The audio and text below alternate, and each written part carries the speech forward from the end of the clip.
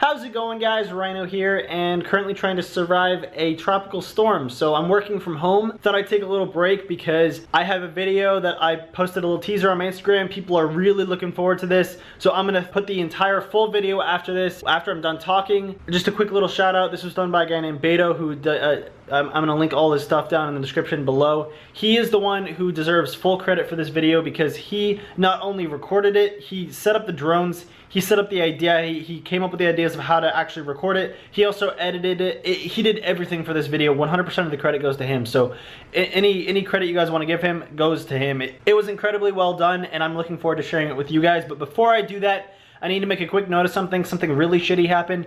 YouTube decided to disable my monetization, which means that I can't ever make any money from my YouTube channel, even though I didn't even have it enabled yet. They disabled it prior to that, which makes absolutely no sense.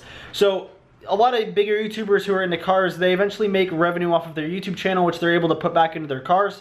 I was hoping to eventually do that, maybe potentially go full time. Turns out there's no possibility of that happening now because my monetization was disabled for no reason whatsoever. I wasn't even emailed about it.